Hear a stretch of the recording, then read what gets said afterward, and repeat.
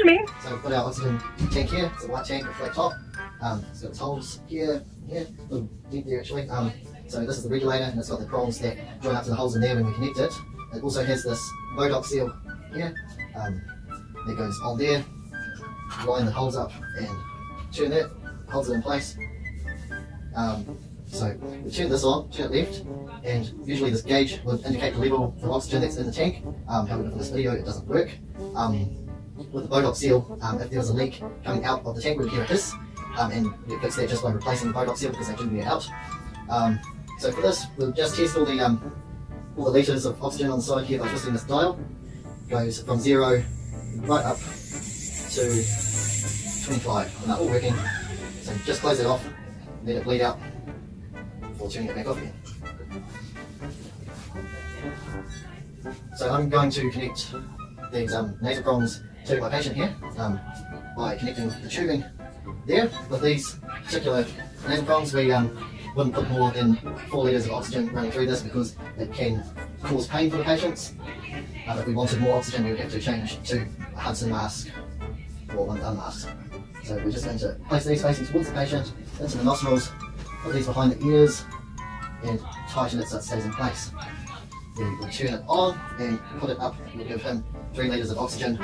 You'd usually use this on a patient who is quite conscious and just needs a little bit of oxygen support. Okay, so here we've got all the components to our bag valve mask, slip valve, bag, mask, filter, and PEEP valve. So first of all, I'm going to make sure this bag inflates. This is very important because this is the reservoir that is going to ventilate our patient. So that looks like it's in good working order.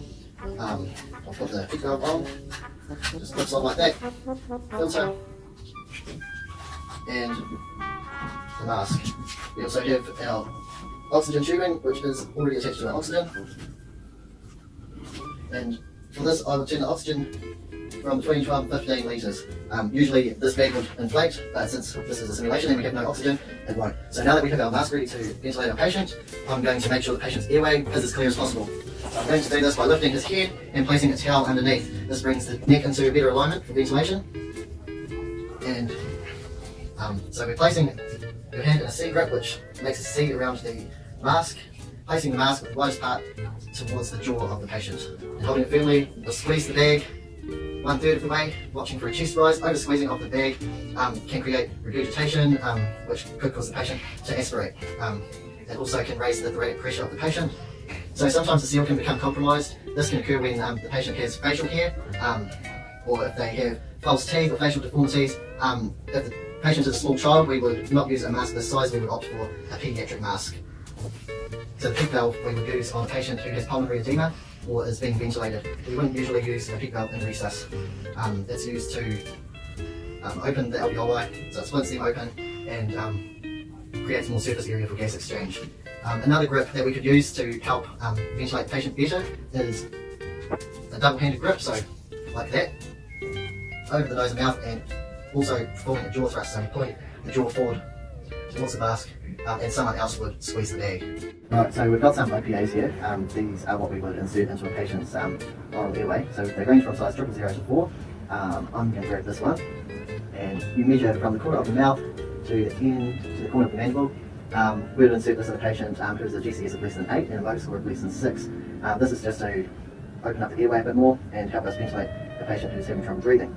So I'm going to insert this upside down, scooping around the tongue. This can induce vomiting in a patient, and we would not be able to use this in a patient who has got trismus or lockjaw. In that case, we would use an NPA, which again is measured from the corner of the mandible to the corner of the nostril. To select the largest nostril, you'd actually lube this up, but for the purposes of not ruining the dummy, I'm not going to lube it. So this just inserts perpendicular to the face. If you come into any resistance, you can twist it, but this is going just fine. Nasal polyps may obstruct putting this in, and also bleeding can occur. You wouldn't use this in a patient who you suspect has got a basal skull fracture, because it can cause more damage to that and could cause quite serious brain injury. This is the suction unit that we use on the ambulance. So first of all, we'll check that it has a battery in it. So here's where the battery is. Make sure it's there, which it is. Over here we've got the suction canister. This is what collects all the stuff that we would suction out of the patient's airway, so you usually get mucus, blood, vomit, which you would usually go into a disposable bag that is in here, and you dispose of it after use. Here we have the suction tubing, which is connected to the yanker here, which is a hard piece of plastic, which is why we wouldn't use it inside a moving vehicle. In that instance we would use a suction catheter, which is a long, thin, soft plastic. So we're going to test this, make sure it's all functioning properly. This is going to test the suction and the battery life. So we'll turn that on, pop down the test, and it should turn itself off when it's finished. We're going to suction the patient here, going to make sure the head is tilted to the side. This is to help get anything out on its own and to stop it going back into the airway. So we will do this on a patient who can't clear their own airway. We will insert this yanker only as far as we can see, making sure your hand is not on the hole there.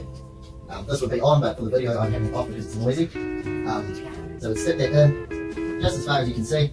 Put your finger over the hole and suction on the way out in circular motions for no longer than 10 seconds. This is because suctioning for an extended period of time can cause hypoxia or gagging. This is the mic at 12. I'm just going to run through a test of it, make sure it's working properly. I'm going to start by turning it on. Yes, I'm ready to. So it's in automatic mode. I'm going to switch it into manual mode by pressing advisory and selecting it using this knob. I think things are ready to go. This just takes the load from the shock. So I'm going to select the energy by pressing energy select. I'm going to turn it down to about 50 for this test. And select it using that knob again. Charging. And now pressing shock to the little shock. So that's gone into that. I can cancel the charging time by pressing this button. So that seems to be working. This also displays the batteries. One of the batteries is flat, located on the back of the machine. I'm just performing a user test by selecting options, scrolling through using the knob and selecting user test. That will print out on this paper. So the paper is actually getting low, but yeah, just so it happens to be a spare roll in the back there. Also in the back we have our GTN, our aspirin and a shaver. We should also have some leads to turn the 3 lead into a 12 lead, but they seem to be missing. On this side we have our blood pressure cuff to measure the patient's blood pressure. And this side here we have our internal CO2, which you can attach to your valve mask to measure the exhaled CO2 levels. It also can connect to a reading tube, but we won't get into that. Here we have our 3 lead, that's measuring the patient's heart rate. And we have our SpO2, which is measuring SpO2. And this side here we have some spare ECG dots, and we have the defib pads. These are adult sized. There should also be a pediatric sized one in there too. So this user test is done. We're going to do ECG on Jordan today. Is it alright if I connect these to you? Yes. Right, Jordan's already put his sticky dots on because he is severely ticklish. Left arm, right leg, and left leg.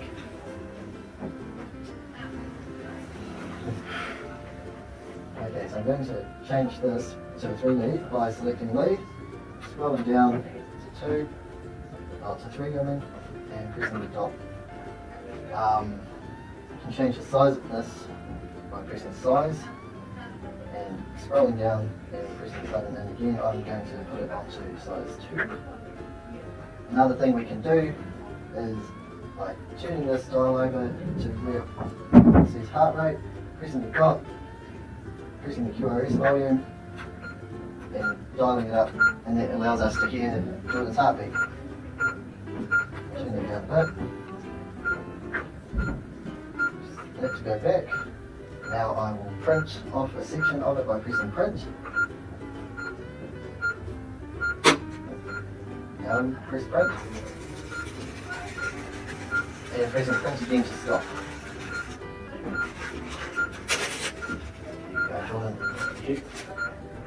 Okay, so now that that's done, I'm going to go back into AED mode by pressing Analyze. Connect electrodes. Okay. The response kit, you can start with this one here, which is our hemorrhage kit. So we've got triangular bandage, tourniquet, tape,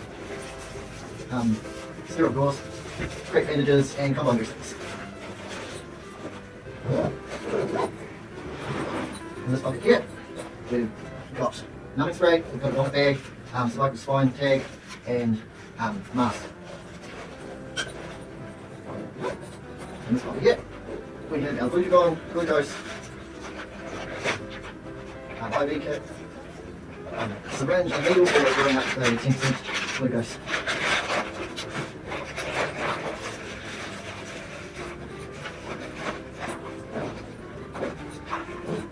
This bottom pocket, we've got 4 fluids and some PPE, glasses, and hazard bag.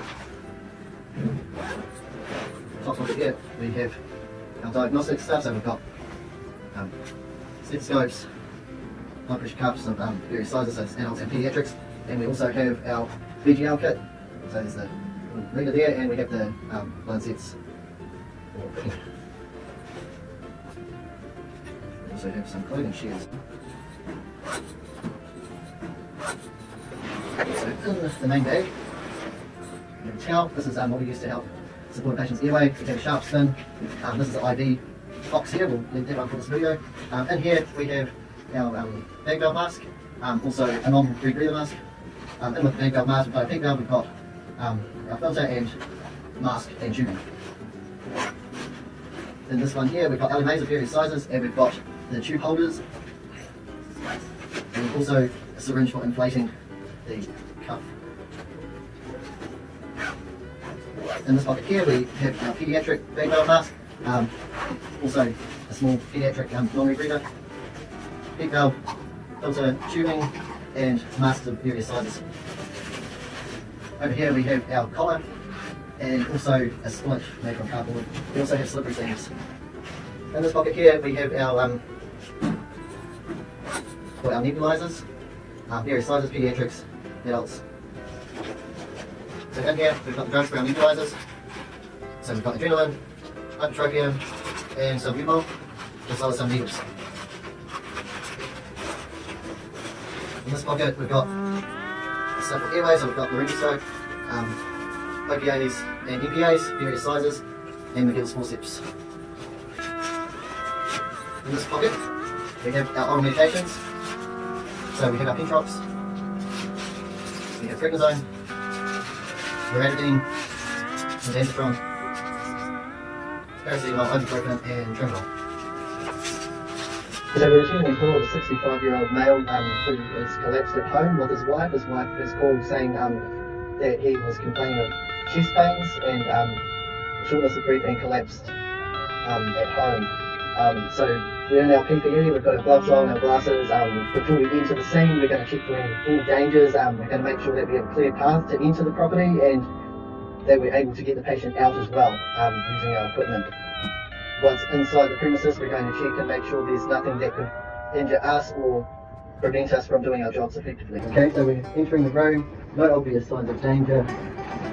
The patient hasn't looked at me as I've come in. Hello sir, can you hear me? No response to verbal, stimulating some pain, no response to pain. Just going to lift his head, check his airway.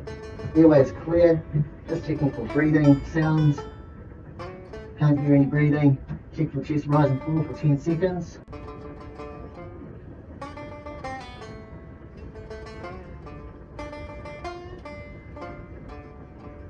There's no breathing. A few of starting compressions. Yep. This is AUT to comms.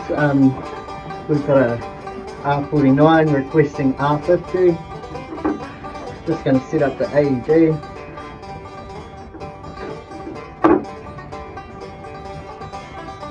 Placing it around Sheridan as he works. And on. Analyzing heart rhythm. Do not touch the patient. Slow, please. Shock advised. Continue. Charging. Just lifting his head up. Stay clear of patient. Deliver shock Okay, now. back, please. Press the orange Clear. button now. Clear. Shock delivered. Continue. 4. Start CPR. Thank you.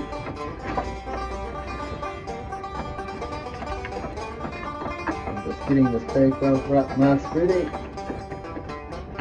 5, 6, 7, 30.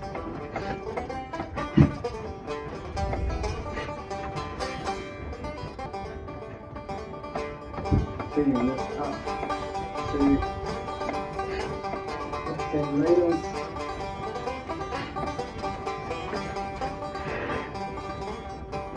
Okay, count yourself down to 30.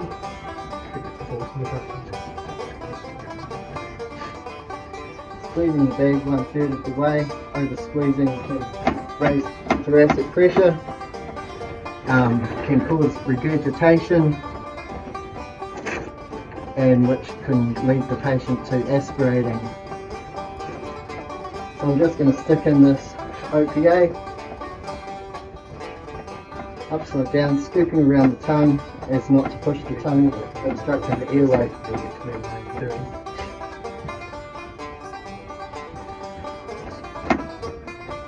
With the MPA I would have lubed it up, but for this dummy I will not.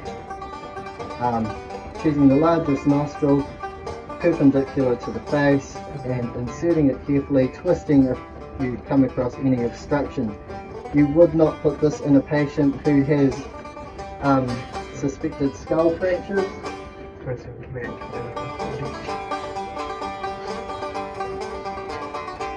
The OPA you would not use if the patient is gagging or has lockjaw or trismus.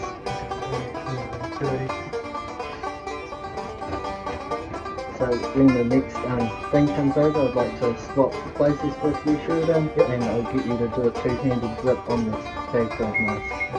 Stop CPR. Swap now. Analyzing heart rhythm. Stay clear of patient.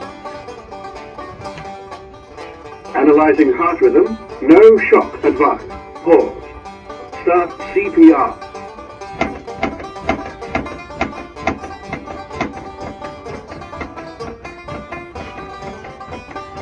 Can you also count my compressions, please?